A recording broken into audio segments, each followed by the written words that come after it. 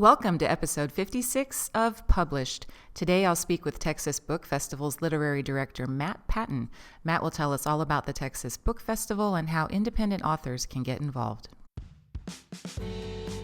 Welcome to Published, a podcast by Greenleaf Book Group, where we'll discuss the ins and outs of the publishing industry, from writing a book and finding the right publisher, to gearing up for a book launch. And now, here's your host, Greenleaf Book Group CEO, Tanya Hall. Welcome back to Published. In this episode, we're discussing book festivals and similar events and how they can be beneficial to an author and their book. New book festivals and fairs pop up all the time, and navigating whether you should attend or pay to exhibit at one can be hard for a new author. Literary festivals are a fun way to showcase your book to new readers and network with other authors and industry professionals. The events themselves are often very interactive, with many different activities, presentations, interviews, meets and greets going on simultaneously. Matt gives us his insight into what it takes to get involved with organizations like the Texas Book Festival and how they support authors and readers in other ways too. Matt comes to us with 15 years of experience in the book industry, and way back in his career, he actually worked here at Greenleaf Book Group. He currently works at the Texas Book Festival and is on the board of directors at Austin Batcave, a literary nonprofit that empowers young writers to find their voices and tell their stories. Let's get into the interview. All right, Matt, welcome to Published. Great to have you. Tanya, thanks so much for having me. Of course. So let's start out with you telling us a little bit about your background. Well, you know a little bit about it because I worked with you many years ago, which we talked about a little bit in the green room before. No, short story is I've been in publishing and writing and editing for about 15, 20 years if you count some college experience, writing books for school newspapers. But yeah, I was an advertising major at UT, and that's because I liked copywriting and graphic design. And some people don't think about this when they think about advertising, but it's also a great anthropological study on modern history.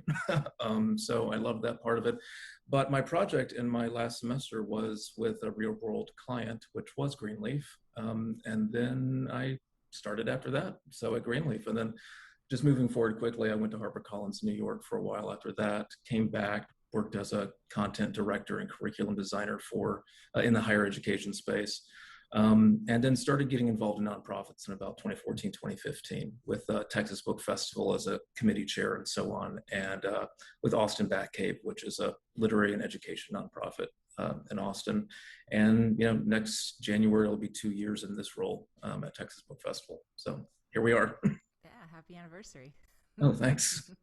And it's been quite a 2 years, as you imagine. Oh, yeah, I bet it's been a tumultuous 2 years. And for people who aren't familiar with the Texas Book Festival, can you tell a little bit about the event, the organization, the mission? Yeah, sure. Well, Texas Book Festival is one of the largest literary festivals in North America. It was founded in 1995 by Mary Margaret Farabee and then First Lady of Texas, Laura Bush, who was a librarian by trade. One of the main missions at that time, and it's still core to what we do, is raising money for libraries in Texas, especially rural public libraries. So that's kind of how it started. And last year was our 25th anniversary. Not the 25th anniversary we kind of expected, certainly, but this 2021 was our 26th. And yeah, so the mission has expanded in that quarter of a century. This year we gave $125,000 or more to Texas libraries. It's still core to what we do, but also expanded our outreach programs into in-school appearances by children's authors and giving books to schools, mostly Title I schools in Austin, DFW, Houston, and the Rio Grande Valley. So I know we're going to talk a little bit about year-round events eventually, but yeah, that's one thing that we do year-round is in-school programming. I love to hear that. I was telling someone recently, I remember as a kid when the order forms would come for the Scholastic Book Club. Oh, God, yeah. And you remember that? And my mom, bless her heart, would always just say, whatever you want. And you take that for granted, that you have access to books literally delivered to your desk in a classroom, and there are some kids. Yeah, absolutely. No, I have very fond memories. I think all of us book nerds have very fond memories of Scholastic, for sure. That was an exciting day when those books came, for sure. Yeah. I can't even tell you. So obviously a lot of authors may be wondering, when is it appropriate to get involved in a festival? What can I expect? That type of thing. So can you speak kind of high level to when that might make sense for some of our listeners to consider? Yeah, well, I think it's whether you're traditionally publishing, so to speak, or hybrid publishing or self-publishing, independently publishing. You know that, especially if you've tried going the agent route or the traditional publishing route, everybody's a little bit different. They have different, they always instruct everybody to just follow the directions when it comes to this sort of thing. So I say that to say that every festival is a little bit different. But I would say that, for instance, San Antonio Book Festival, just down the road from Austin, they have a rolling submission process that's year round. Whereas for us at TBF, Texas Book Festival, it usually begins in early February, and the submission window lasts until about June 1. So that's the first thing I'd recommend, is just like, what is the submission window for whatever festival you're going to? Um, and also check out what is this festival? What kind of programming? What kind of genres does it capture? Is it mostly if you're a children's book author? Is it mostly a children's festival? Is it mostly adult? When I think adult, I think Sonoma Valley, for instance. That's a purely adult. So that's another thing. Texas Book Festival is a big tent festival. So each year we have 250 to 325 authors, more or less. And, depending on the year, it's about 60 to 70% adult, and then 30% children's. And when I say children's, I won't get too into the weeds here, but when it's children's, it's YA, it's middle grade, it's picture book. With adult, it's half fiction, half nonfiction, with some poetry kind of folded in there as well. So just getting an idea of what does this festival kind of do, and does your own work, does your own book does it seem to fit into that to some degree? So that's where I would start, is just understanding the landscape of festivals, especially in your own region. So, I mean, if you're in Mississippi, you should be watching what the Mississippi Book Festival is doing. If you're in Miami, it's the Miami Book Fair. If you're in Chicago or the Midwest in general, it's Printers Row, which happens in Chicago. If you're in Texas, there's TBF, there's South Texas Book Festival, there's North Texas Teen Book Festival, there's West Texas Book Festival. There's lots of events going on. So I think the most important thing I would say is just tapping into your community, wherever you live, and seeing what's going on there. That's good advice. And for somebody who is participating, what should they expect? What can they, so that they go in with the right expectations, what should they be looking to get out of it?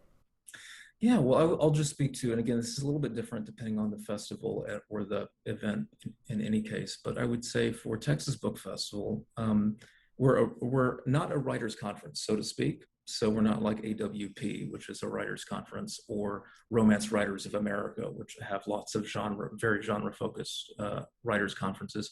We're a reader-focused festival. So most of the events that we have are between 45 and 1 hour sessions, sometimes solo authors, sometimes panel discussions that are reader facing. At the same time, we also put an emphasis on book sales and signing of books afterward. Of course, the last 2 years have kind of, have been kind of a different story. But typically speaking, if, you go to a TBF session, say in 2019, that takes place in the Capitol Extension Room in downtown Austin, afterward, you'll go to the Book People sales tent. Book People is our official partner bookseller. Purchase a book, take that book to the signing tent, get your book signed. The author will be there signing books there. But with all that said, is another thing that we try to do at Texas Book Festival is have author-focused events, so that there's networking happening, so that there's friendships being formed. So for many years, we've had every author on the TBF lineup is invited to the author cocktail party, for instance, and sometimes other events too. Depending on the year, we've had Thursday evening events as well, Friday evening events. A few years ago, we did, what was it? It was authors kayaking on Town Lake. So, I mean, it's just like, just keep your eyes and ears open for what are those opportunities to connect with your peers, because some of the best relationships are made that way. I know tons of stories of would-be authors who, because of the connections that they made at festival, ultimately went on to publish a book. So, just lots of conversations happening, both reader-focused and kind of internally, so to speak, with authors, publicists, agents, and just the general kind of literary community, whichever community you're in. Mm-hmm. And is there any point at which it makes more sense perhaps to exhibit versus trying to be on a panel or otherwise participate? Yeah, I think so. I think it's, Greenleaf has been an exhibitor at Texas Book Festival before. So have many other presses. University of Texas Press usually has a booth at the exhibitor's tent. Texas A&M University Press usually has an exhibitor's booth.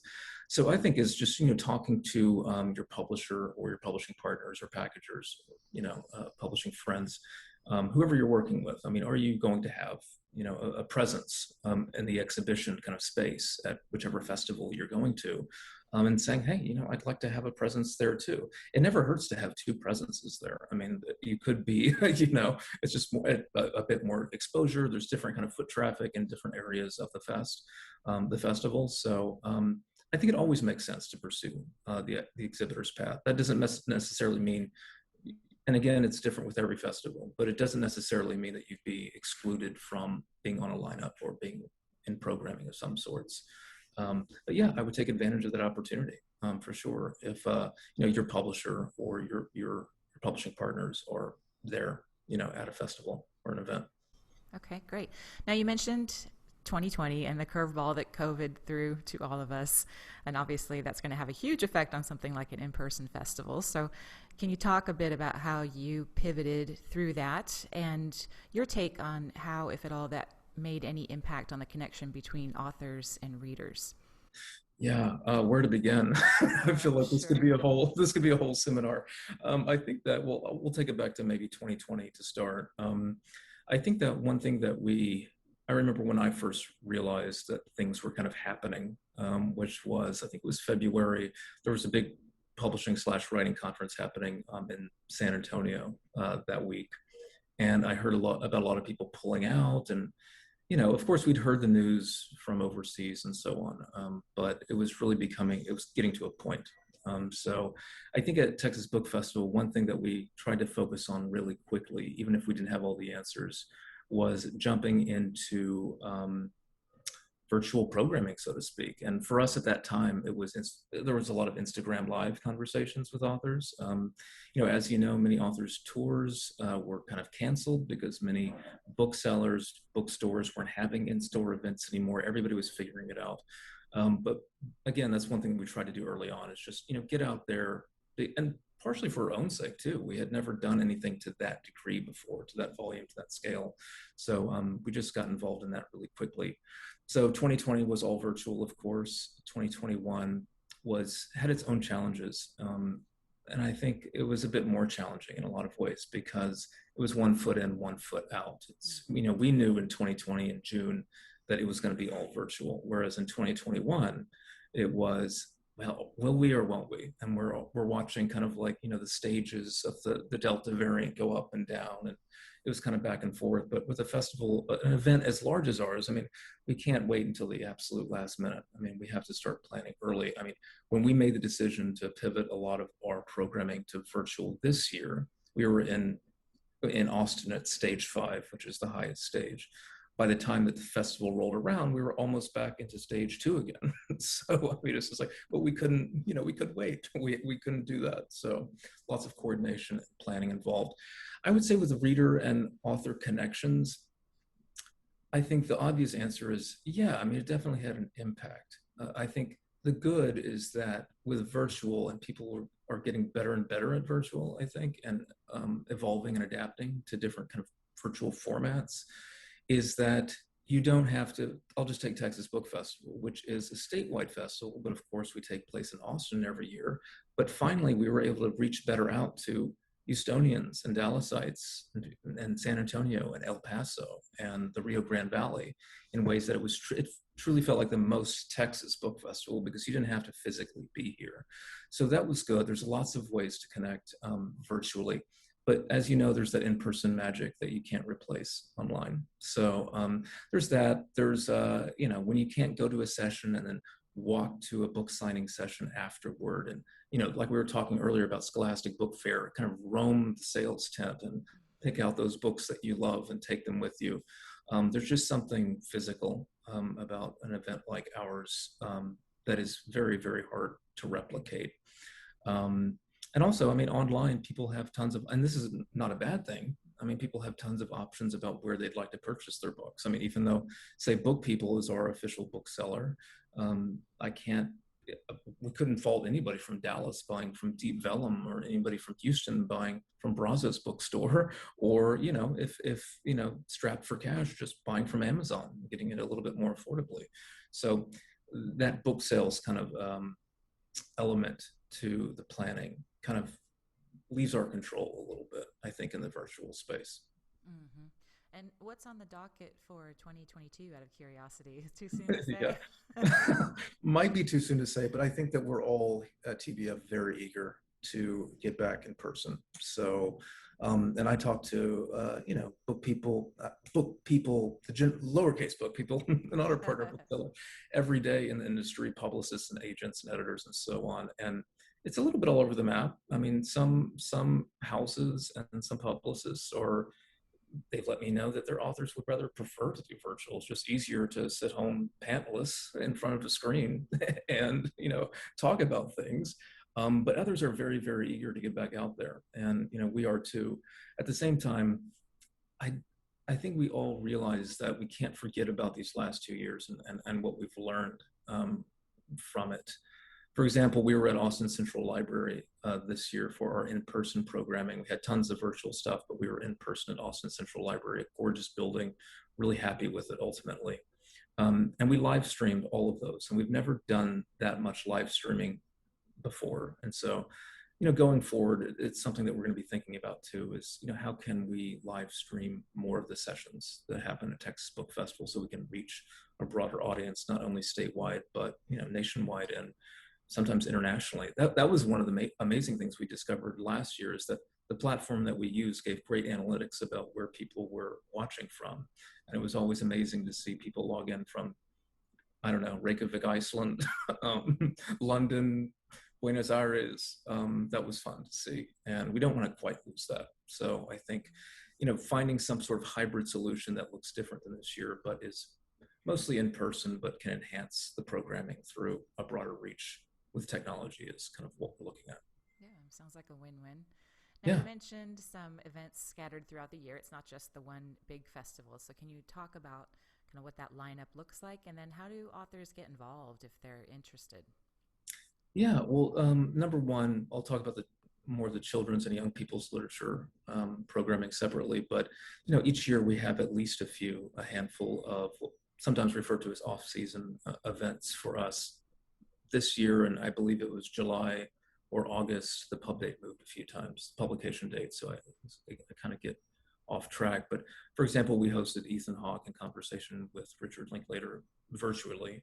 And we had to do it virtually in any case for lots of reasons. But one reason was that Ethan Hawke was overseas filming somewhere in Eastern Europe. So, yeah. But in previous years in person, we've had, best-selling author, National Book Award winning Colson Whitehead here. We've had Lawrence Wright, Pulitzer Prize winner, in person as well. And in 2020, we were going to have, I'm trying to remember exactly how it evolved, but it was Jenna Bush, essentially. It was Jenna Bush, and she'd written a book about her grandfather, George W. Bush, and we had planned on having her in person at the Long Center in Austin, a big venue in Austin, but that had to move virtually, for instance. With children's, we do our Reading Rock Stars, which is our in-school children's programming in Austin at the same time as the festival in the fall, but we do it in DFW, Houston, and the Rio Grande Valley in late winter and early spring. So a lot of our focus is there. We have a program for for young readers as well, but in an older demographic. So upper high school, lower college, called Real Reads. So we do that. It's kind of on the model of Reading Rock Stars, but it's just, for older readers as well. So we do that. But how to get involved, I think this is true wherever you're at. And it goes back to my point earlier about, whether you're in Mississippi or Miami or wherever you are, is just kind of thinking of the long game, and getting involved as soon as you can. If you love books, you love literature, you love talking about books, either volunteering for something. Texas Book Festival, for instance, relies on nearly 1,000 volunteers to operate in a typical year. So I mentioned earlier that in 2014 or 2015, I joined, so to speak, TBF as a chair of a volunteer committee. So just getting involved in that way, I think is important. I can think of 2 independently published authors who were on the lineup in 2021, for instance, And one of them had been involved in the literary community in Austin for at least 5 to 10 years. And another one, he was an educator at a public school here in Austin. And he had been coming to Texas Book Festival with his children for many, many years. And in fact, the picture book was inspired by a connection that his son had with an author in one of our tents at Texas Book Festival. So those are two examples of independently published books, but I think that's true whether you're independently publishing or traditionally publishing or whatever direction you're taking is, just taking that long game, getting involved, getting to know people in the education sometimes, especially if you're a writer for young people.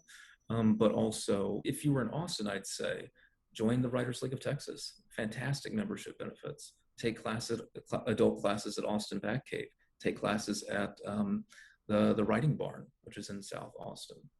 So that's kind of how I would suggest one way is to approach it, thinking not just year of, but more broadly speaking. Yeah, great advice. So for any of our listeners who are looking to get involved in Texas Book Festival or any other festivals, any parting advice? You've been very generous with us today, but anything else that you'd like for them to know? God, I don't know. I think, and I sound like a broken record, but I think it really is a couple things. Number one is looking at the festival, the particular festival, seeing what kind of festival it is, understanding that festival landscape, number one, especially regionally. And two is just getting involved in the community, just getting involved. And I think this is, stepping back and thinking just publishing in general. And I think I mentioned this earlier too, but if you're taking a traditional publishing path and you're pitching to an agent, you could cast a very wide net, but probably get ignored, or you could cast it. Well, it's not a narrow net, but be more targeted with what you're doing and think like, okay, this agent has represented the types of books that I'm writing, and just kind of taking that path. I think it's true of independent publishing too. I mean, what is your genre? What are you writing about? How can you connect with different organizations or societies, so to speak, within your own community to get the word out and kind of just grow it from there? And a few more things is that Texas Book Festival, by default, if you're on the lineup of Texas Book Festival, you are also having a signing session, which typically takes place sometimes on site at a larger venue, but if it's taking place in the Capitol, you'll be escorted to the signing tent afterward. Readers will buy your book in the book sales tent, and you'll be there to sign your book. That's by default, but some authors don't want to do that. What I would say is that whatever event you're going to, whether it's a festival or a bookstore event or whatever it is, insist on, if you don't hear anything about signing, kind of try to insist on it. Say that you're happy to do that, because signing your book leads to greater book sales. Number one, I think that's true across the board.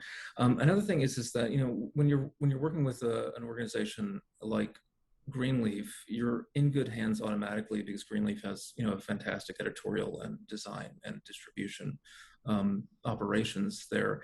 If you're going it truly solo, and you really are trying to do it all yourself, which might include the cover design, the interior design, the editing, everything, the printing, and so on, know that it's going to be a bit more of an uphill climb, because especially when you take the distribution part of the equation, if your book isn't in, say, a wholesaler like Ingram that can be ordered from by a bookstore, a partner bookseller like Book People that we work with at Texas Book Festival, it's going to be harder to actually get your books into readers' hands at a festival like this. Sometimes you can do consignment deals with the bookstores that are in your region, in your city or community. Definitely something to talk to booksellers in your community about. But that's a relatively more of an exception. I mean, a lot of booksellers order their books by the box, wholesale. And so if it's difficult for them to get their hands on your book, it's going to be more difficult to sell it. And from a programming perspective, it doesn't always make perfect sense at festivals. Yeah, awesome. Well, Matt, thank you again for joining us today. It's great to see your face again. Yeah, you too. Thanks so much, Anya. You bet. Take care. All right. Bye. That's it for our episode today with Matt. We hope you enjoyed learning about book festivals and how you can get involved. For notes and resources from today's show, go to greenleafbookgroup.com/episode 56. You can also find advice for writing, publishing, and promoting your work in my book, Ideas, Influence, and Income, which you can learn more about at ideasinfluenceandincome.com. If you've enjoyed our show, please rate and review us on iTunes, Spotify, or wherever you listen to your podcasts. It means a lot to have your feedback and helps us to make sure we're answering your publishing questions. A big thank you to Eleanor Fishborn, who produces the published podcast. We'll be back next month with another new episode. Thanks for listening to Published. To learn more, please visit greenleafbookgroup.com. And remember to subscribe to this podcast on iTunes.